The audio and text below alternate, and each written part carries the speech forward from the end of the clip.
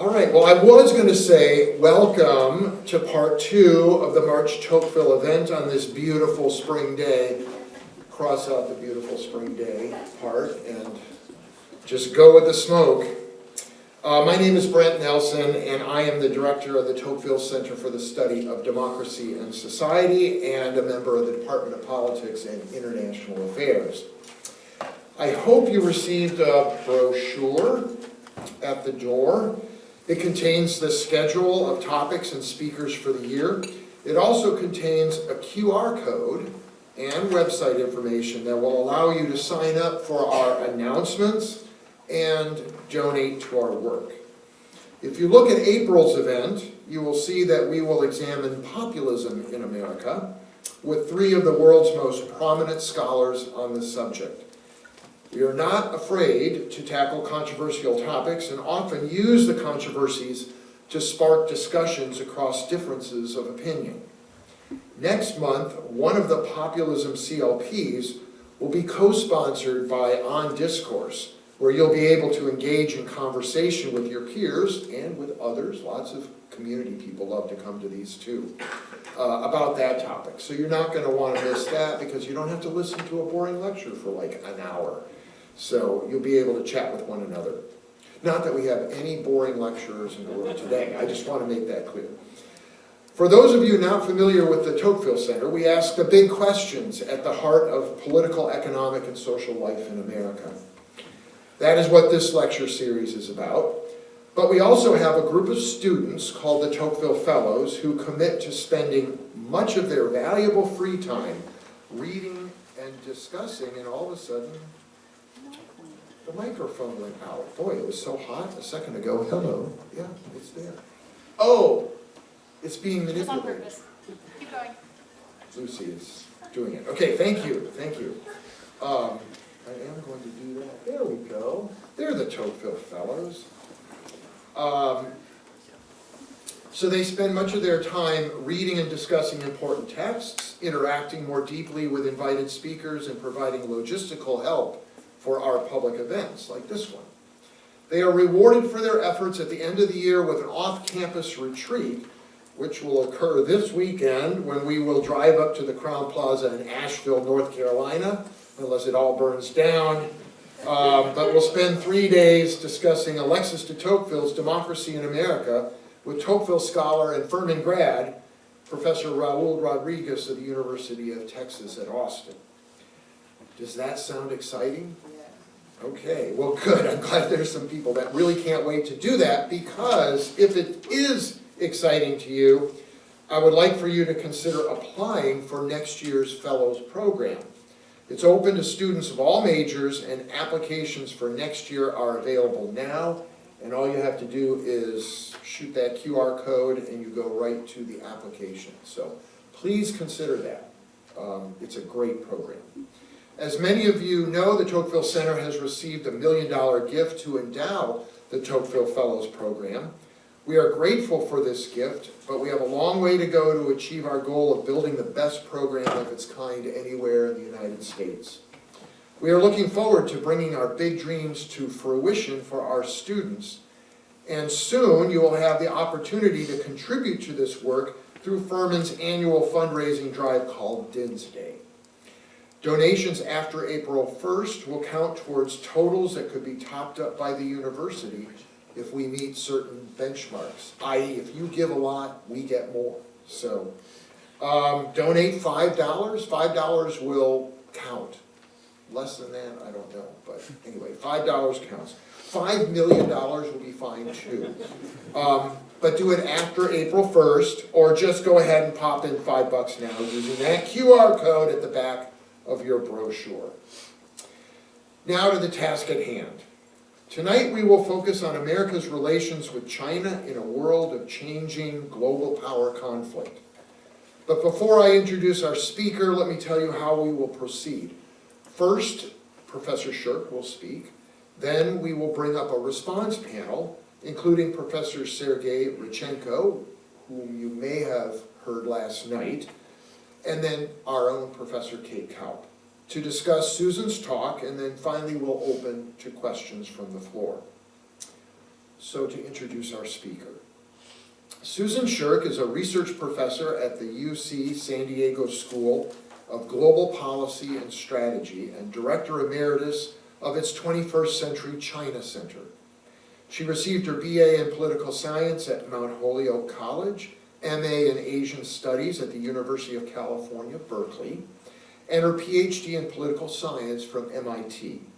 Professor Shirk is also Director Emeritus of the UC Institute on Global Conflict and Cooperation. From 1997 to 2000, she served as Deputy Assistant Secretary of State. That's a large name for a very important job. In the Bureau of East Asia and Pacific Affairs with responsibility for China, Taiwan, Hong Kong, and Mongolia. Shirk also chairs the UC San Diego Forum on U.S.-China Relations, the first ongoing high-level forum focused entirely on the U.S.-China relationship. Professor Shirk's many books include China, Fragile Superpower, Changing Media, Changing China, and her most recent book, which is right here, called Overreach, How China Derailed Its Peaceful Rise, for which she won the prestigious Lionel Gelber Prize in 2003 for the world's best nonfiction book on foreign affairs in English. Professor Shirk will speak to us today on global politics and the rise of China. Let's welcome Susan Shirk.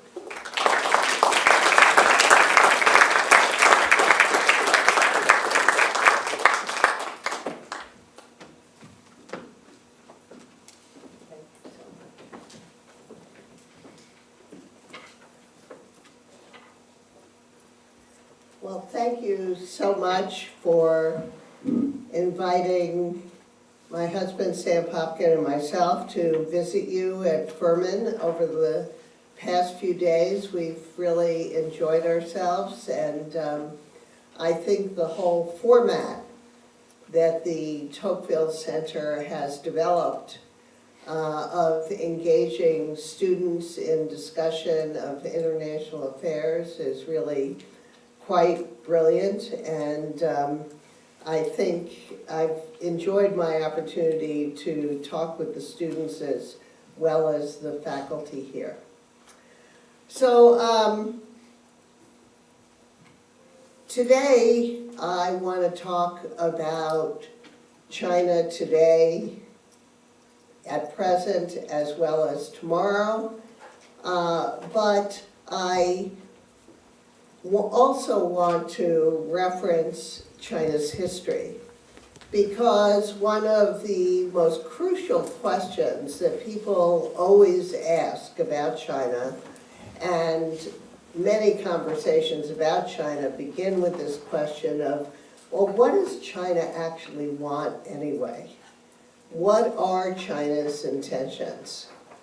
Of course, China's not a monolith. There are a lot of different, 1.3 billion individuals and a lot of different interest groups inside China. But the question about the intentions of China's leadership, China's public, is really a very important one, because it speaks directly to the question of whether or not China's a threat. Is it a threat to the United States and to America's allies or not? We know that China's capabilities have dramatically improved over the past several decades. We have seen its dramatic economic growth, and even with the slowing economy, it is a big, substantial, powerful economy. And we've seen China's technology improve dramatically.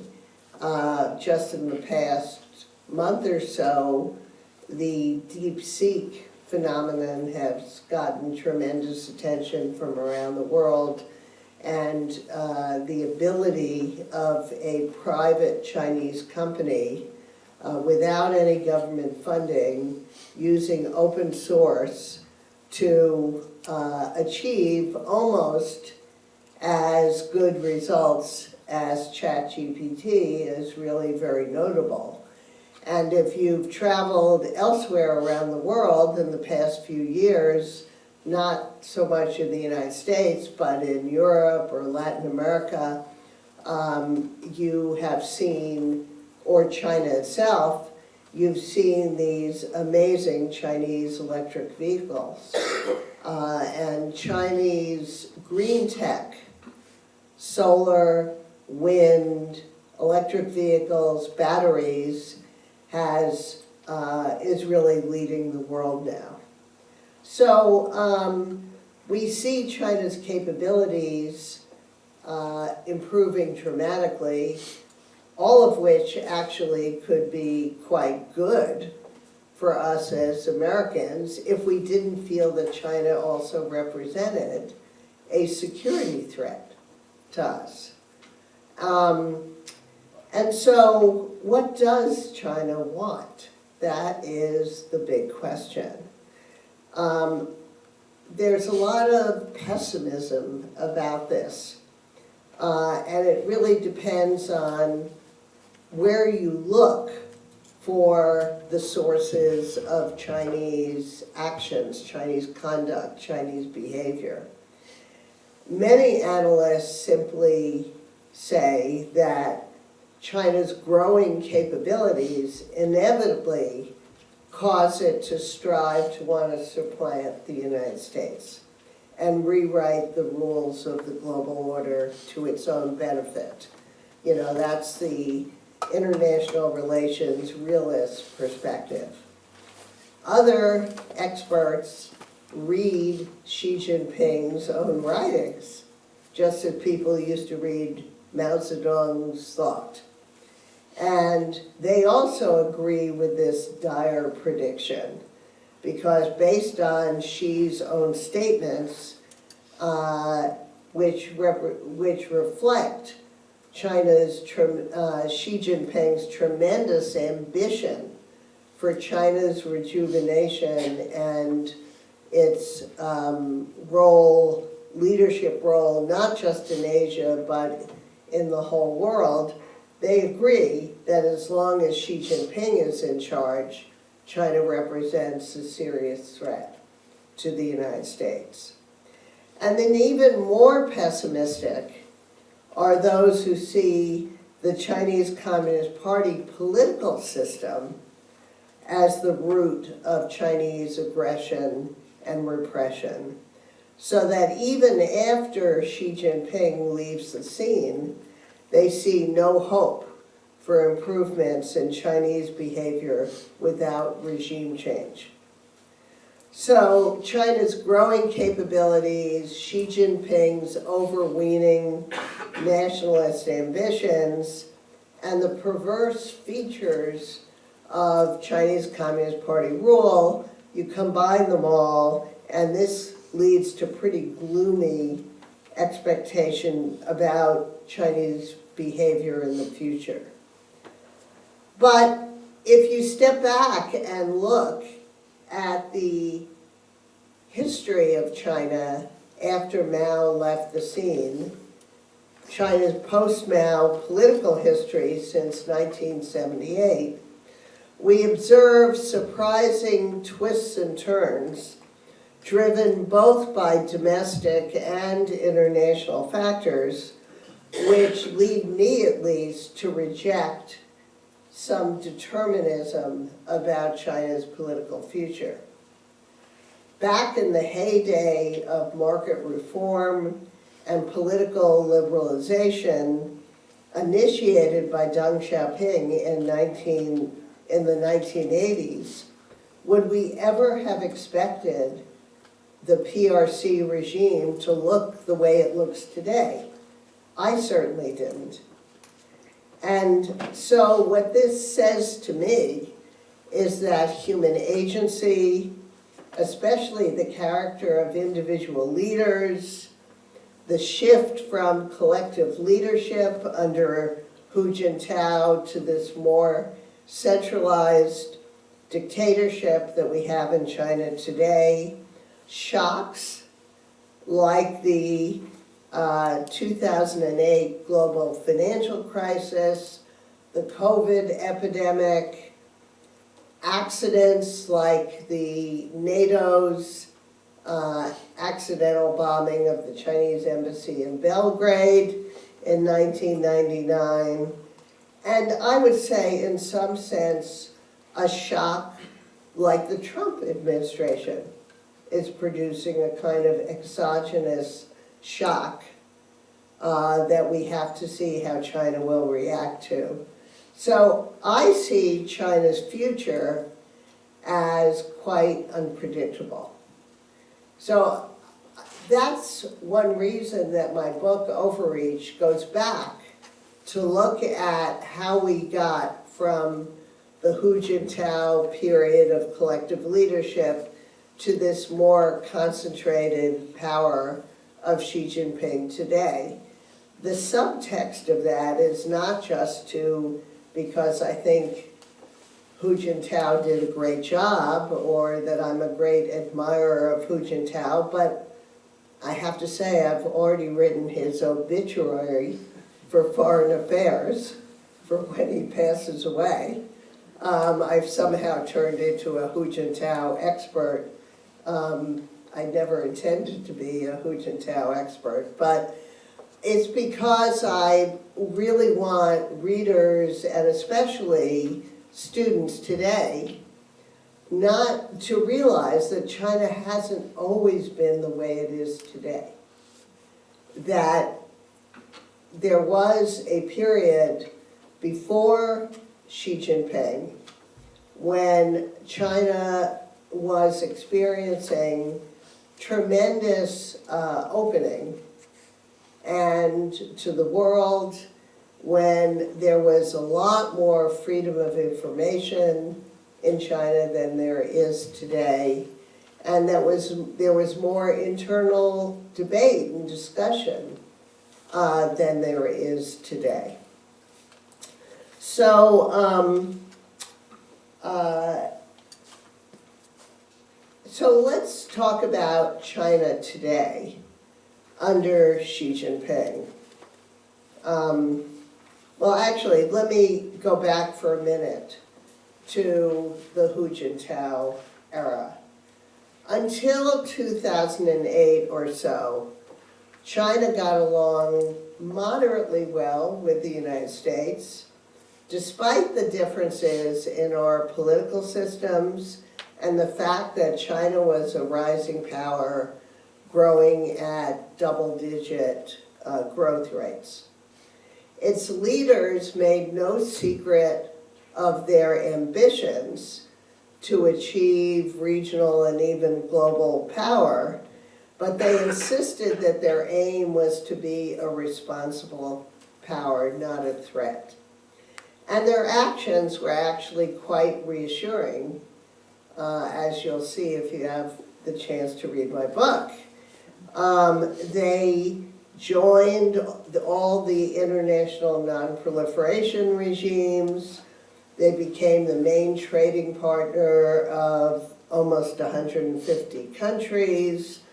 And Chinese society, legal system, and the internet, as I say, became more open, and access to information through the commercial media expanded, largely due to China's own domestic initiatives, although the welcoming attitude of the West reinforced these positive developments.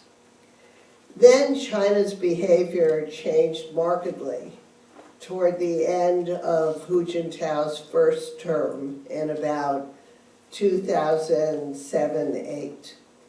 As the country's productivity gains and growth rates started to plateau, and the collective leadership became hijacked by what I call the Control Coalition, a group of bureaucratic interest groups all of whom benefited with bigger budgets and more influence if they exaggerated the international and the domestic threats to Chinese Communist Party rule.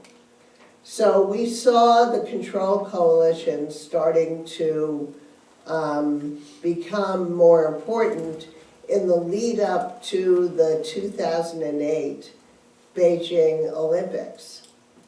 And especially after the 2008 global financial crisis. We also saw the state make a comeback in managing the economy at that time.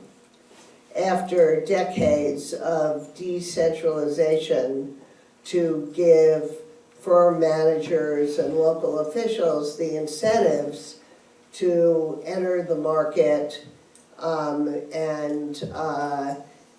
that's how China took off with the, first of all, the agricultural decollectivization and then the decentralization, which enhanced the incentives of firm managers, even without privatization.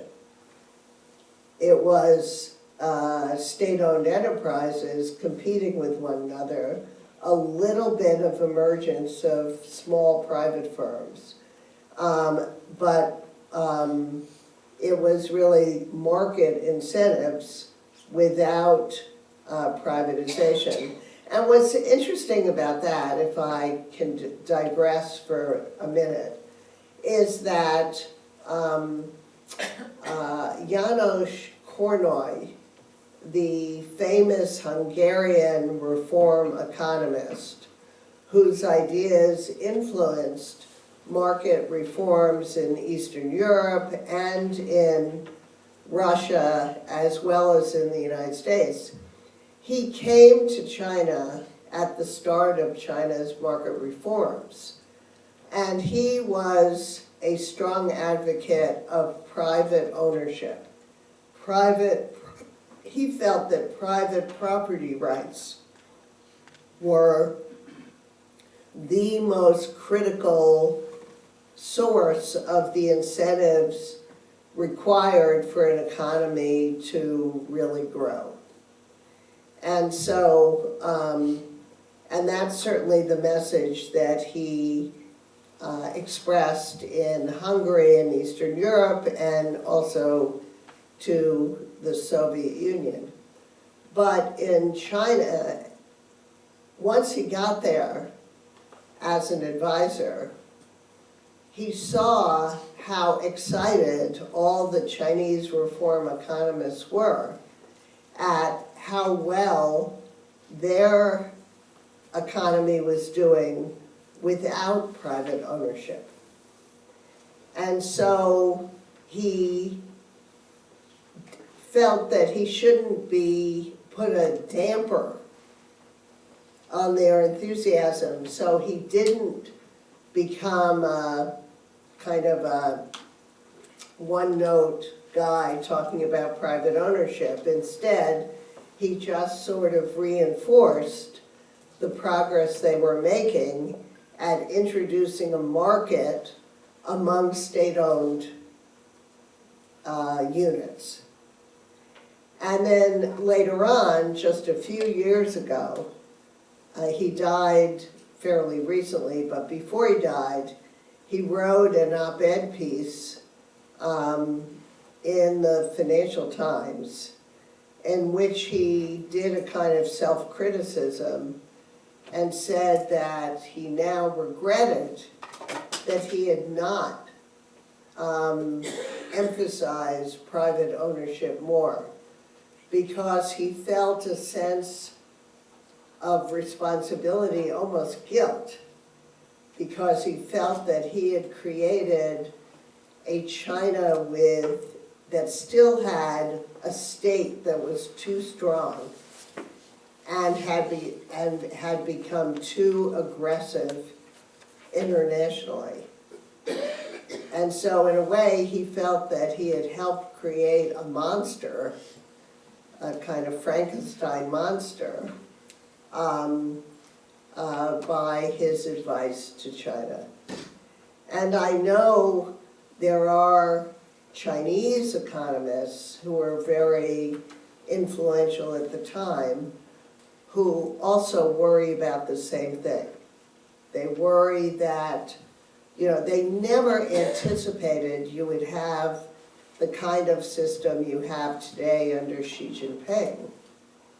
They expected collective leadership, market economy, opening to the world, to continue to motivate Chinese leaders and business people to become progressively more liberal and to continue with political reform following the economic reform.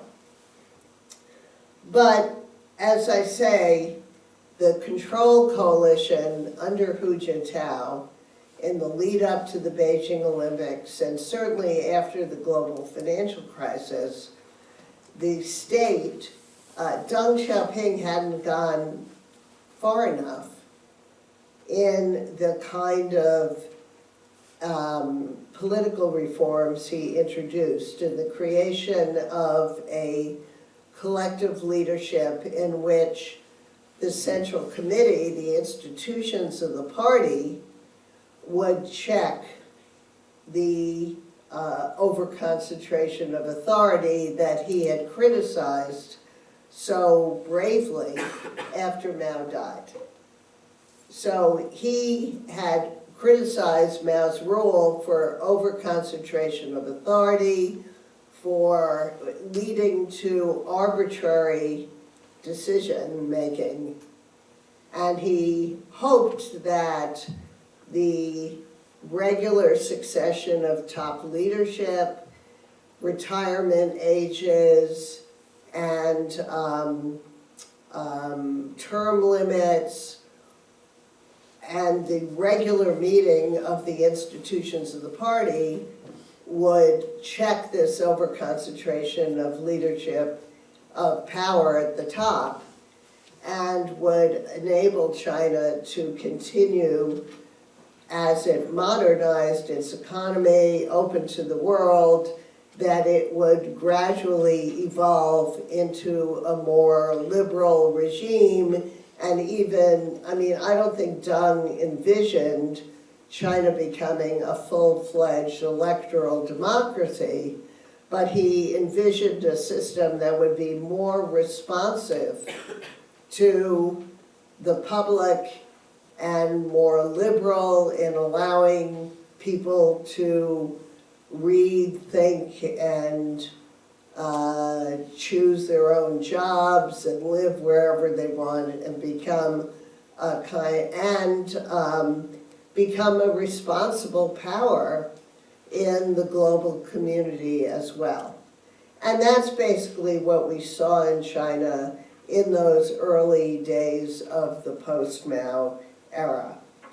But after the Control Coalition hijacked Chinese policies in the Hu Jintao era, then one of the other problems with collective leadership is that it was very corrupt, because all of these interest groups, bureaucratic interest groups, still had enough state control over opportunities in the market that they could collect massive bribes, including from officials who were seeking to move up the ladder.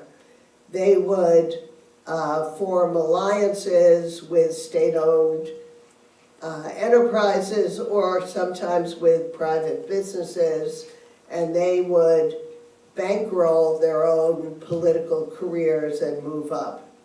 So the corruption became so massive that Xi Jinping, who came to power in 2012, he built up his own popularity by emphasizing especially his massive anti-corruption campaign. And so Xi Jinping did not steal power. He didn't come in and grab power. He received a mandate from the Central Committee, the people, the politicians at the top of the Communist Party.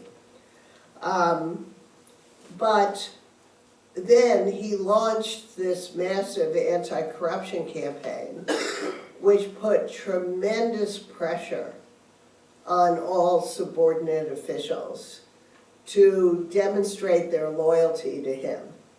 And because the anti-corruption campaign was not just about actual corruption, it was also about party discipline and ideological loyalty to the Communist Party. And so today, that purge, really, the anti-corruption campaign, that this purge continues. The director of Tulsi Gabbard just released a report on corruption in China, which is based on China's own statistics. China's own statistics show that, and the number they use there is that 4.7 million officials have been punished by the Chinese Communist Party Discipline Inspection Commission since Xi Jinping became leader in 2012. And this purge continues right to the present day, and many of those punished leaders, politicians, were at quite a high level. One of the students said today, don't use the term unprecedented, so I won't use it. But 7 generals on China's highest military body, the 6-member Central Military Commission, 7 generals in sequence have been purged over the period since 2012. Nothing like that has ever happened before. Today, more than 10% of top politicians in the Chinese Communist Party, including 9.3% of the full members of the Central Committee, are in jail.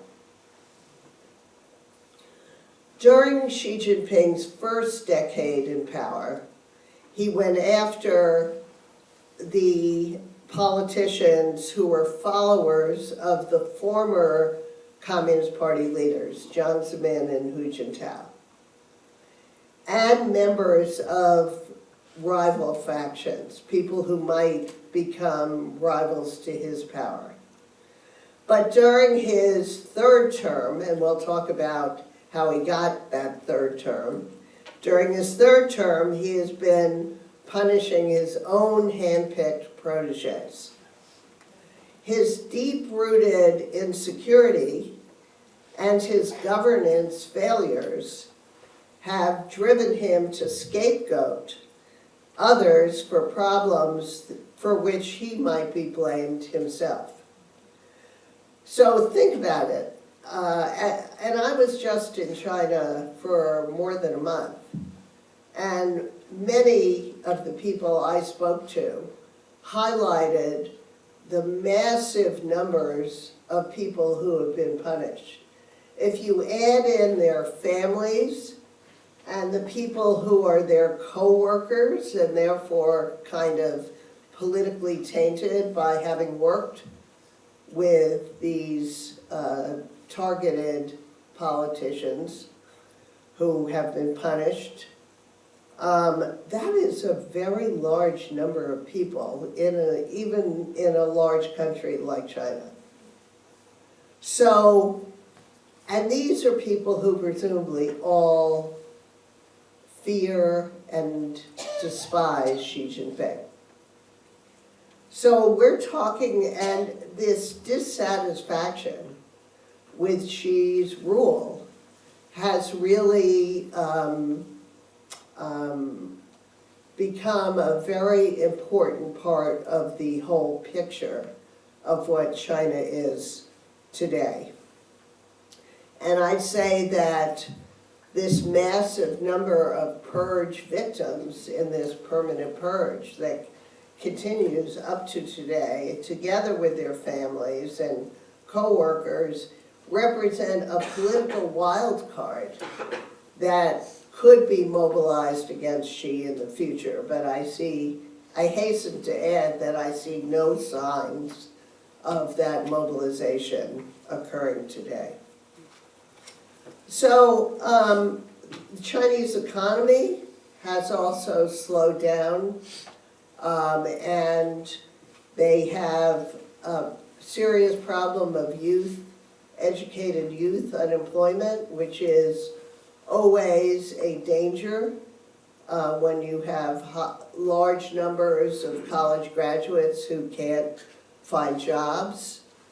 The Xi Jinping's management of COVID and turning it into a symbol of his wisdom and power, and the lockdowns, especially at the end, without vaccinating people, or with vaccinating insufficient numbers of people, especially elderly people. China also turned down offers of the foreign mRNA vaccine because Xi wanted to wait till China had its own vaccine. So for nationalist reasons, they rejected offers of help. And so they had these massive lockdowns, and local governments went broke, spending money on tracking people, surveillance, testing, daily testing, and collective quarantining. So you had massive lockdowns. People became very frustrated and dissatisfied at the end, especially in Shanghai. And then only after you had an eruption of demonstrations,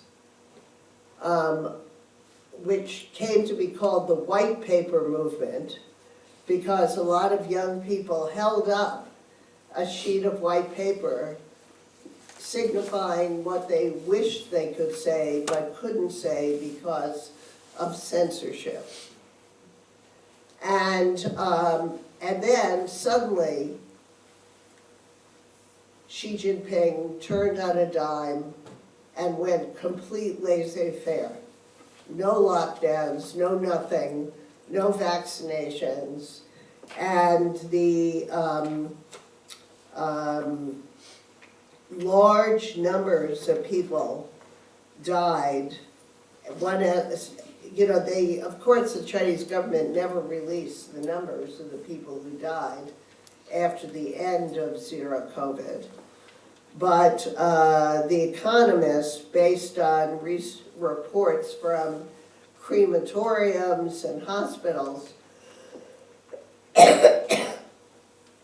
are that 1.4 to 2.4 million people died in the month after the end of zero COVID.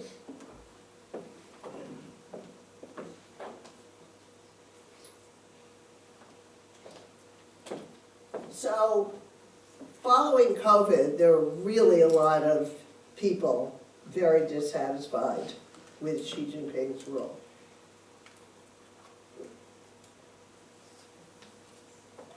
Which is what has struck me in the couple of months I've spent in China since the end of COVID. There are, of course, private business people are particularly dissatisfied because of the crackdown on private business. And many of them have closed up shop and headed for the exits. The local governments, which are broke because of the fiscal burden that was imposed upon them during COVID, are desperate for sources of revenue. They had been, because the fiscal system has not been reformed, they had been relying on land sales, sales of public lands. But now the real estate bubble has burst, and so some local governments have been forced to try to find ways to cover their expenses by grabbing wealthy private business people and extorting funds from them to cover their expenses. This is they call this long distance fishing, because they grab business people who have nothing to do with the locality, and they bring them in and hold them until they transfer funds to them for their expenses. So, and what's remarkable to me is the Chinese state media is reporting about this now. So this is not some underground, just illicit activity, but it's being condemned, of course, by the state media. So it's an unusual time in China now, and the economic and political difficulties that China faces domestically make it a good time, I would say. I don't know how, am I over my limit already? No, you're getting there. But I'm getting there? Okay, I'll just conclude by saying that I have, in my own work as an academic and sort of kibitzer in the US China policy world, thought that this would actually be a good time to try to negotiate with China some of the economic and trade disputes we have with China today. It's a good time because we have a president who prides himself on being a deal maker. And it's a good time because China is actually struggling domestically and really needs to stabilize relations with the United States for its own benefit. And so if you go on the website of the 21st Century China Center at UC San Diego, you'll see this memo that I wrote with colleagues to the Trump administration, recommending that they initiate negotiations with China, starting with the economic issues, because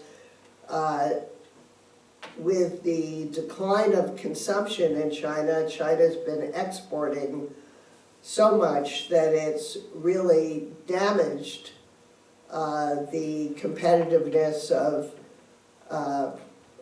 manufactured goods in other parts of the world, not just the United States, but other countries as well, and it's provoked a protectionist backlash from these other countries. So it's in China's own interests, actually, to do what it can to stimulate domestic consumption, to restrict its exports through perhaps some voluntary export restraint of the sort Japan did earlier when it had trade conflicts with the United States. So I think there are ways that the US and China could actually solve some of these problems, and then not with some grand bargain that extends to everything, Taiwan, South China Sea, but maybe step by step extends to geopolitical issues as well as economic issues. So, and certainly in order to avoid a completely unmanaged trade war of the sort that we are inching closer to right now, which would be devastating to people in both China and the United States and to the entire global economy, it seems like it would be a good time to try to negotiate. But as I discovered in China over the last month or so, there's, people in China have been preparing offers for a negotiation. The government's been preparing. They've also been preparing to retaliate if they're in a trade war, so they have two paths. But after some of the Trump administration's actions in the first month or so of the new administration, they are now questioning whether or not there's the minimum level of trust needed to negotiate. The talk about seizing Greenland, Canada, Panama,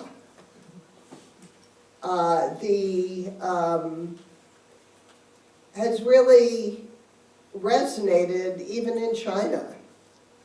People just are disturbed by how radical those ideas are. And they're wondering if, and of course, people in China watched the videos of the humiliating encounter in the Oval Office with Zelensky. So Xi Jinping certainly is not keen to go to Washington. And if there is a leaders' meeting, which is what, President Trump says, that he's been talking to President Xi and there's going to be a leaders' meeting and stuff, but I can tell you that there is absolutely no planning going on in Beijing for a leaders' meeting.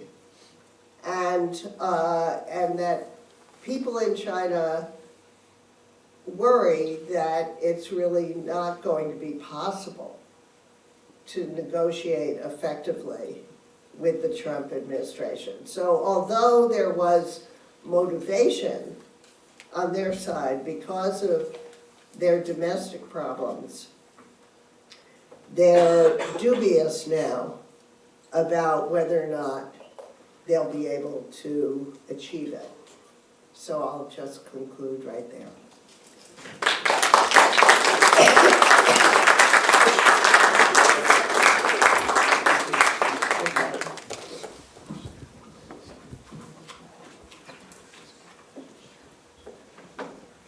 Thank you, Susan. I am going to invite our other panelists, Sergey and Kate, to come up here. And in lieu of the time, I think I'll just quickly introduce. You can see Sergey's bio in his in the pamphlet, and I will emphasize one thing. Here is his newest book. It's called To Run the World. I thought it was a how-to manual, but found out that it's really a history of the Soviet, the Soviet fighting of the Cold War. Let's put it that way. Anyway, it too is a Lionel Gelber Book Prize winner. It was just awarded that honor last week. So we have two luminary scholars on the stage today, and that includes our own Kate Powell. Now Kate, I will introduce her. She is the James B. Duke Professor of Asian Studies and Politics and International Affairs. Her research focuses on ethnic minorities, rule of law, and human rights developments in China. She's the author of Creating the Zhuang, Ethnic Politics in China, and she edited and contributed to the book Understanding Contemporary Asia, which is it's in its second edition.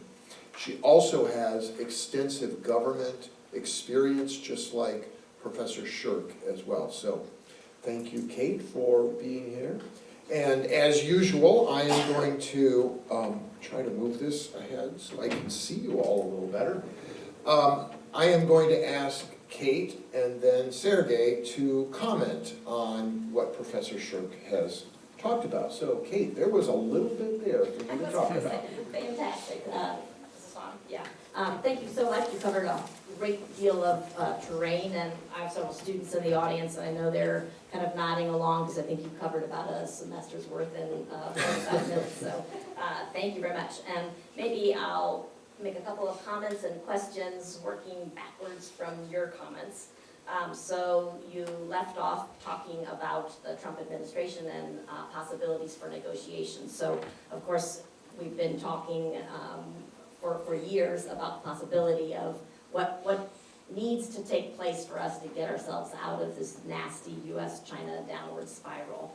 I keep hearing Steve Orleans of the National Committee asking, what concrete steps can either side legitimately make to show sincerity and to show willingness to negotiate. And I feel like at the moment, we have not only two big, proud countries, we have two big, proud men who are at the table.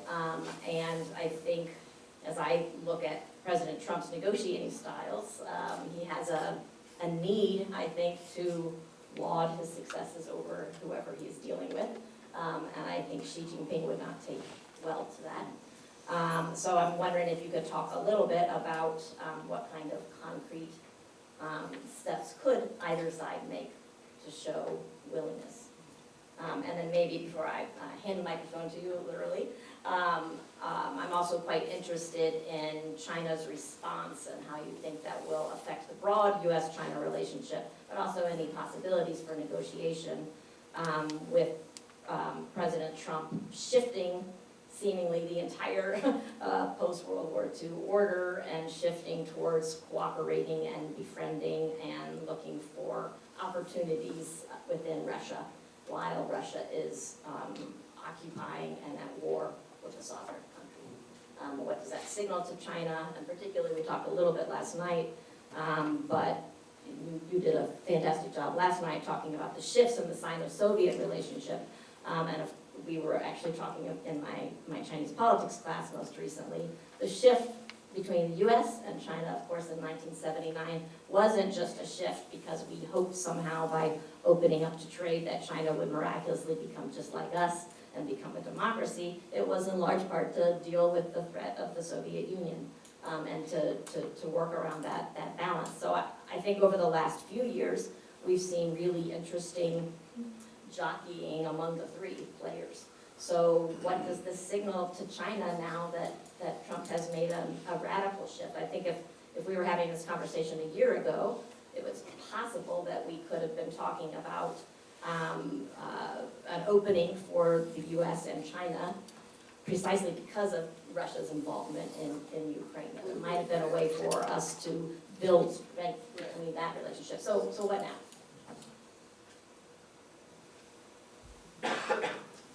Well, I think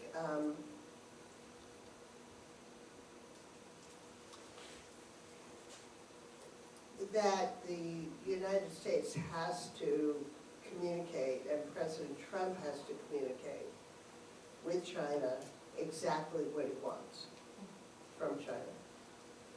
And actually, the Biden administration never really did that very well in China, in my opinion. And what's wrong? Just Just a little more direct into it, yes. Okay. There you go. Yeah, a little closer. So President Trump has to really say what he's looking for from China and has to identify one of the Trump administration people as really speaking for him.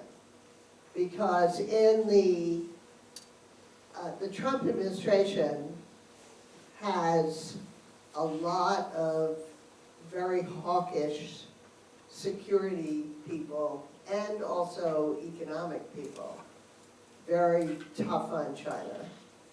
And then we have President Trump. And he doesn't seem to actually care about a lot of the things that the security hawks care about. So the Chinese side is not clear about what would actually satisfy President Trump. So I think that's the first thing he's got to do, and he's got to identify a kind of agent, surrogate, whatever, a person who actually speaks for him. And right now, there are a lot of people competing either to be or not be that person. You know, J.D. Vance, the vice president, Mike Waltz, the national security advisor, Marco Rubio, the secretary of state. Then we have Bassett, the treasury secretary. You know, so we have a lot of people, and so that's, I think, the most important thing. And I think China's prepared to make some concessions on the economic side, I believe, because it would be in their own interests to reduce the dependence on exports. But I think they would be keen to build factories in the United States if people would let them do it. And it used to be that that local officials were, especially South Carolina, by the way, Oh, yeah. were very keen on having Chinese investment here. And I believe there were quite a number of plants that were built. Well, Nikki Haley got in trouble during the primary because she had done a lot of things when she was governor to attract Chinese foreign investment. And, you know, she got blasted by Governor DeSantis and others for doing that. It was job creating. It was job creating. I mean, at that time, we were friends with them. Yeah. So anyway, that's why I said, I started off by saying it all comes down to how you view the threat. And, but I think I'll tell you, I really hope that the Chinese are able to build their electric vehicles in the United States, because these cars are fantastic, and they're reasonably priced, and there's got to be a way of figuring out how to handle the security issues. I'm sure there are. Don't tell me that after I bought my Tesla. Can I make one more comment? Yeah, please do. The thing over, so I think your point about properly assessing the threat is crucial, as you pointed out at the very beginning. In order to do that, as you note, we have to have people who understand the complex history of China, who understand the complexity and intersection of economics and regional politics and religion and power politics. We have to have expertise. And I think neither country is doing the relationship any favors by the attack on expertise. So in this country now, the people who have that type of knowledge of China are explicitly being discredited and marginalized out of the conversation, I think, in many ways. And then China is not helping that situation any by denying scholars the same type of access, at least that we had before. A tiny little opening maybe over the last few months, but our ability to engage with China as scholars, our ability to have state-to-state relations, you know, all layers I think has been problematized. And then at the state level, absolutely, it's interesting to watch the transformation in South Carolina as well as across the country, as you have all sorts of legislation coming out about controls on Chinese purchasing real estate or investments near a military-related facility in South Carolina that is, there are lots of military-related facilities. It's the whole state. Everywhere. But I still think that that's being led by the top. There is it's not only at the top, but there, in South Carolina, over the last 10 years, you can watch the local levels trying to maintain their relationships with China in a very scary environment where they're even frightened to let their neighbors, literally their neighbors, their other businesses and state leaders and community members know that they want that relationship with China to flourish and to provide the type of jobs that are so important for all of us. So over to Sergey now, and Sergey has extensive experience in China. He speaks Mandarin, also Russian, also English, so this guy can talk about all three powers. So, give it a go there. Well, thank you, and it's a privilege to continue discussing this, especially after such a wonderful tour de force. So thank you, Susan, for that. That was great. I'm in complete solidarity with Kate on the question of the importance of maintaining exchange. We have seen such a drop-off in American students going to China since COVID, of course. Numbers are starting to pick up a little bit. And one piece of good news which I see, by now I would have thought that we would have had already a crisis in Sino-American relations, because the way things were going, people were talking about another Cold War, and the Trump administration was very tough the last time around on China. But yet now we see that, we may still see another Cold War, and things may turn nasty, but for the time being, it seems like the Trump administration is just distracted by other issues, and we have so far managed to avoid a slide towards some kind of a broader confrontation. Speaking of which, and I have 4 points that I thought of while you were speaking, Susan. One thing you did not mention is the T word, by Taiwan, of course. Taiwan is really interesting. A few years ago in Washington, as you know, there was a very active discussion about what is going to happen, because Xi Jinping seems to have indicated his absolute determination to reclaim Taiwan while he is in office. And you could see that in his rhetoric, including in his recent address for in his New Year address, not the Chinese New Year address, but the New Year address. He again said something, efforts to frustrate our reunification with Taiwan will fail, and so on and so forth. And I'm obviously paraphrasing what he said, but it sounded like it was pretty urgent. And so some folks in Washington have been saying, well, look, it's a question of his personal legacy. He is determined to do that because that is what will make China great. He's determined to do that, and even a specific year has been named. Like, it will happen in 2028. I don't know where they pull this out from, which hat, but Xi Jinping will invade in 2028. We swear to God. Is it 27? Okay, maybe it's been postponed. I don't know. But 2027, maybe it's 2027. But anyway, and when I was in China, I would raise this question. I would say, what do you guys think? We all think you'll invade Taiwan by 2027.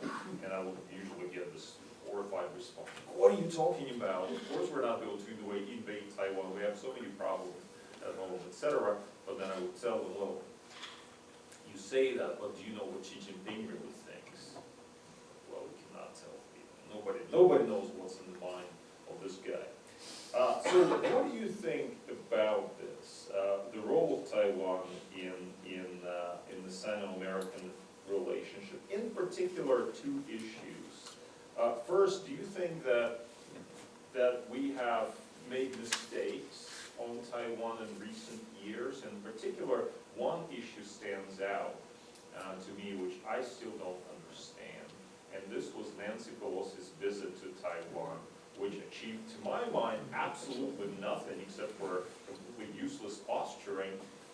And what happened after that, however, is very interesting. The Chinese effectively broke off contact, for example, military-to-military contact, and you might say, well, the Chinese overreacted, and it was all quite stupid, the whole fuss that began because of that. But didn't it begin because of that particular visit? And do you think that avoiding this sort of acts would actually help our situation?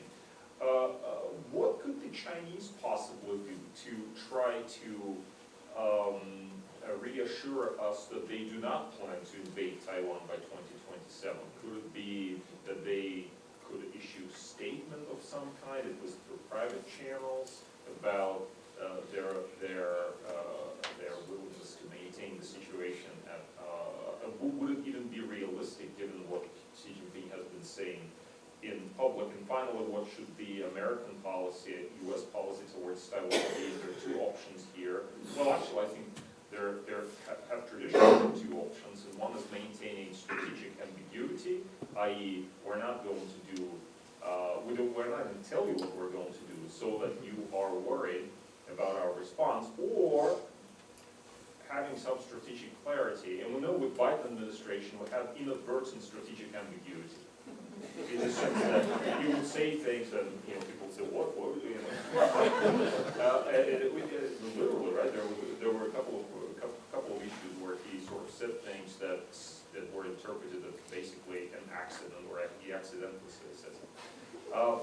Would you know, a clearer policy pronouncement work better than strategic ambiguity, as in Americans will do something about Taiwan, so don't even attempt anything like that?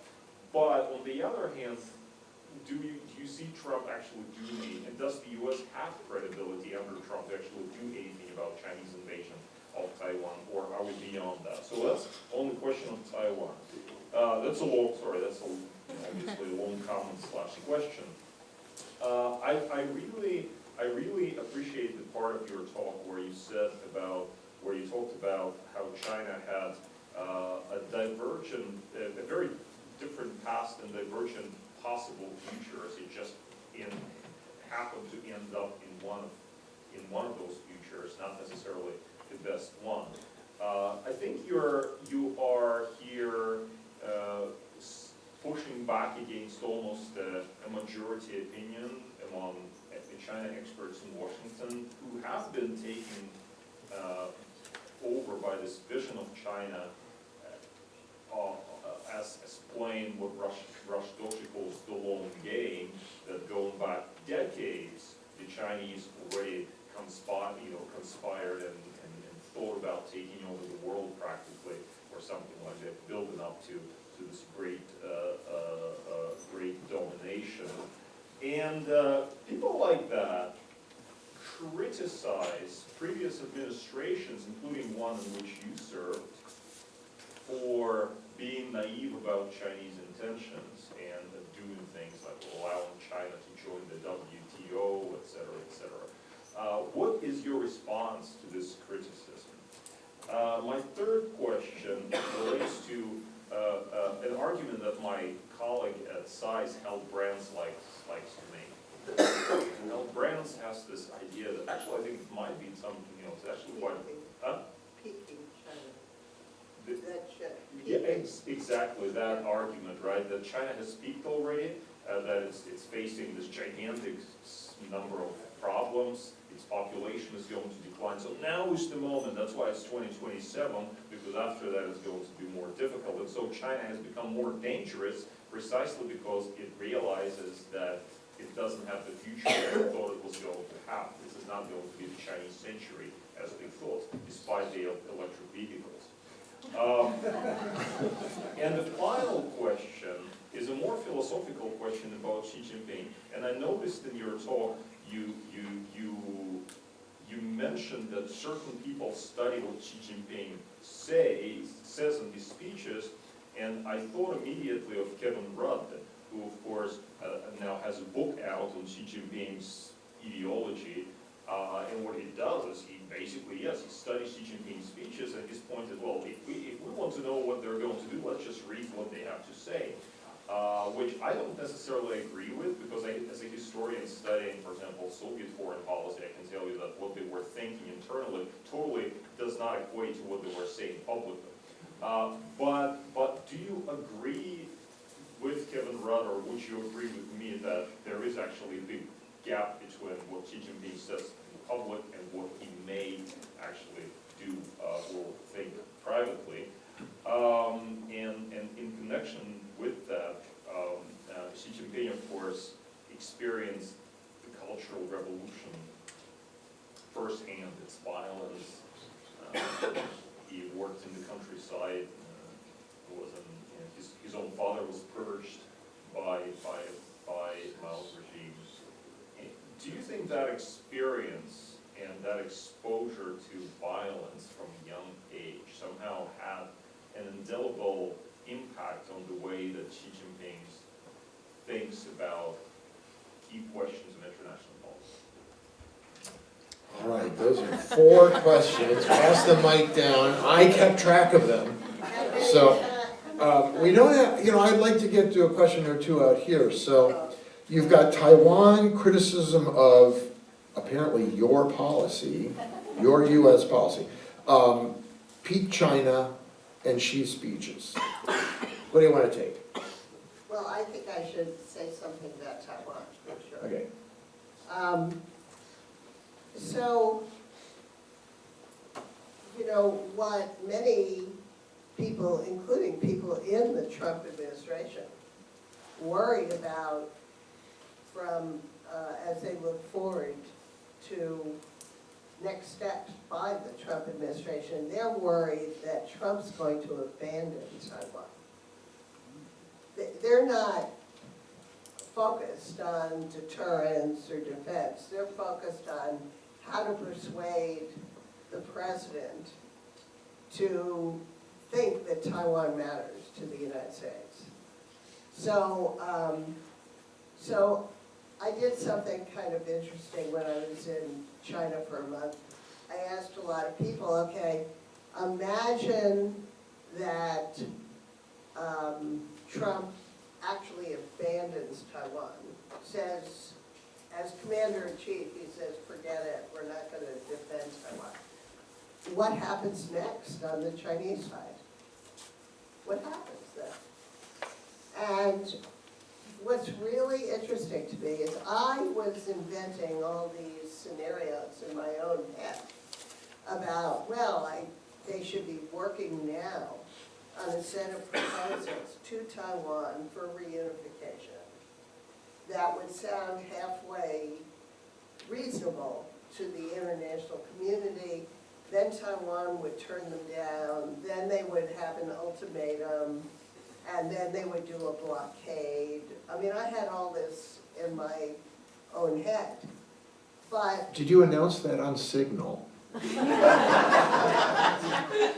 But what was so interesting to me is, what people said to me is, well, then probably Lai Ching-te, the current president of Taiwan, would probably moderate his rhetoric a little bit. I said, that's it? That's all you're looking for? There's no ambition, no expectation that you can get any more than that? Of course they wouldn't say, oh, we're going to invade Taiwan. They deny that. But they said, nobody had any creativity, and so I really think that there's, the view about Taiwan is more defensive on the Beijing side. In other words, what they don't want, I don't think Xi Jinping wants to have to launch a blockade or an attack on Taiwan, because he's not confident that they'll be able to do it successfully. And if they fail, he's doomed. That might not even be true. But that's a sort of factoid that everybody believes. It's like the folk theory of Taiwan in China, that if you try and to go for it and you don't succeed, then the leader will be brought down by the nationalist public. I mean, I don't think it would happen, but I really do think that everybody believes that. So, I just mentioned that 7 members of the Central Military Commission have been purged since 2012. And I don't think Xi Jinping feels confident. He doesn't know how capable his military is or isn't, even though that has been the highest priority since he came into power. He's put more time into the reform of the military, completely restructuring the command structure, everything. And my colleagues who look at how Xi Jinping spends his time, they say he spent more time doing that than anything else. And, but now, even the people he put into the key positions in acquisitions, in weapons of mass destruction, in political commissar system, all the key things, he's now purged them. And he doesn't believe they were telling him the truth. I mean, the story that a lot of people tell is that there was so much pressure from above because on the military to prove that they had reached certain goals in terms of modernizing their capabilities, but it all had to be indigenous because they're sort of getting, in a defensive way, getting ready for war. Because Xi Jinping feels that China is at risk of war. So it has to be indigenous. It can't be foreign imports. And so the people in charge of developing these modern capabilities, they told him, oh yeah, we did it, because they were given these deadlines. And then he found out that in fact they used imported technology, imported goods, and even took money for that. So therefore, he doesn't know how good they are or aren't. So I'd say this is not a time that he's going to want to use his military against Taiwan. And so I don't think, all the people I know who are the big cross-strait experts, the Taiwan experts, they think this whole 2027 thing is ridiculous. So, I mean, it is a goal, but it's been a goal of all Chinese leaders.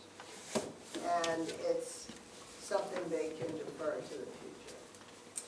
Okay, let's just open it up now, because we have only 10 minutes left. Vivian, please. Yeah, this is a question for anyone, but have we seen a mass migration of affluent private business owners out of China, especially after COVID? And if so, has China reacted to that by trying to keep them in or by changing its policy to be more open to business, and will it continue to do so? Yes, Okay, I'll repeat the question. Have we seen a mass migration of basically middle-class business owners out of China? I don't know if we could call it a mass migration, but we have seen a lot of actually middle class as well as very wealthy people leaving China, especially if they're involved in private businesses, private entrepreneurs. And it's really sad because it's not just about the risk of regulatory expropriation of their businesses, but it's a risk of their physical safety. Because quite a number of these people have been rounded up and put in jail for corruption charges or other trumped up charges. So people first sent their kids over to go to school, then they sent their wives over with the kids, and now they're going themselves. And now, of course, there are capital controls to try to prevent this from happening. But they're pretty flexible. People find ways of doing it. Yes, the Chinese government is trying to restore confidence of the private sector. But it's pretty hard to do it when people are afraid for their own physical security. And I just noticed actually today, well, first they had Xi Jinping organized a meeting with private tech entrepreneurs in which he told them how much he loved them. And they persuaded Jack Ma of Alibaba to come back and sit in the front row. So that was all supposed to be a symbol to reassure them. But they haven't actually introduced any new policies that would make private business people feel more secure. You'll recall about how suddenly, right before Alipay was about to list, or Ant Financial was going to list on the stock exchange, they stopped them from doing that. So they've been doing a lot of things like that that are basically regulatory expropriation. But I noticed today, because I was just reading up on the news, they're holding a nationwide security apparatus control coalition meeting on, I forget the words they use, but it's basically how to guarantee or how to take good care of private business, which is a recognition that this personal security side is really hard to do. Once you have been rounding up people, they're just not going to trust that you won't do it again. Another question. Luke, over there, and then we'll go to Andrew back there. I had a question for Dr. Shirk. In your talk, you mentioned how Xi Jinping kind of came to power with this wave of anti-corruption sentiment, and you attributed, at least I understood, a lot of that to control committees that kind of arose in 2008. I was wondering if you could go into more detail about the control committee and that sort of thing, and how that came to be, to take power from like Jintao and like collective bargaining, and how the control committee kind of arose. Yeah, it's actually, the term I use is control coalition. It's not actually an established body. What I meant was the instruments of repression in the system, the public security ministry, the state discipline commission. Actually, that gets stronger after Xi Jinping. But Hu Jintao, it's the police, the internal police, plus the military, plus the People's Armed Police, which is like the paramilitary force inside the country, and the propaganda apparatus, control of information. So these bureaucracies got more powerful by hyping the threat of internal unrest. And by the way, internal unrest was increasing because Chinese economy was modernizing. You had labor protests, you had migrants protest, but most of them are pretty small, not representing any real threat to Communist Party rule. And they were being managed pretty effectively, but these, under collective leadership, these bureaucracies hyped up the threat, especially before the Olympics. Because in China, before all these big events, they want everything to go so smoothly. They have a big crackdown on everything, media, social movement, everything. And then it used to be that after the event was over, things would go back to normal. But as I watched this happening in real time in 2008, things never went back to normal. So that tightening up just continued.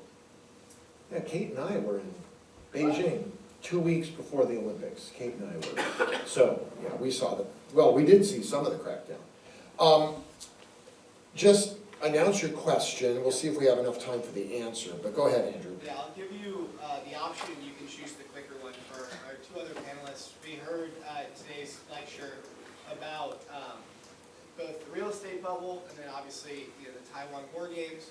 One, how did China manage to attenuate the effects of essentially every major publicly listed real estate developer defaulting on all of their loans, and the economic shocks therein? Or in what circumstance would China, who has the largest standing army in the world and the most Navy vessels of any country in the world, not manage to blockade a country the size of a fifth of Florida? Okay, you have 30 seconds. What was the question about the real estate bubble? The question is, how did they manage to attenuate the shocks, the aftershocks of effectively every major publicly listed real estate developer defaulting? Oh, well, it's still going on. And it's actually, I probably would say it's been surprisingly successful in that it's not caused a middle class revolution yet. Yeah, that's amazing. Because people's wealth is in real estate in China. There are very few places to put your savings. And putting them in the bank doesn't get you much. They cracked down on fintech, so you couldn't really make money in other ways. So people just have multiple apartments. And when they tried, they tried to take the air out of the real estate bubble, which they needed to do, but they didn't do, so there were big consequences to that. But so far, there have been demonstrations around some developers and stuff that people didn't get the houses they paid for. They never got built or something like that. But I don't know, it must be it must testify to the effectiveness of repression, which we have not studied well enough as social scientists, studying authoritarian regimes, frankly. And finally, if you have enough boats, can you blockade Taiwan? He said they got a lot of boats. What I'm saying is they are self-deterred from blockading Taiwan. Because if they blockade Taiwan, we do have a pretty effective, the blockade will lead to serious economic and political consequences for China itself. That's the short answer to a Okay. more complicated question. Good, we have to wrap up. Let me remind you of next month's event on American populism. Be sure to use the QR code to sign up for our emails so you never miss an event. Let's give our appreciation to our panelists. And you are dismissed.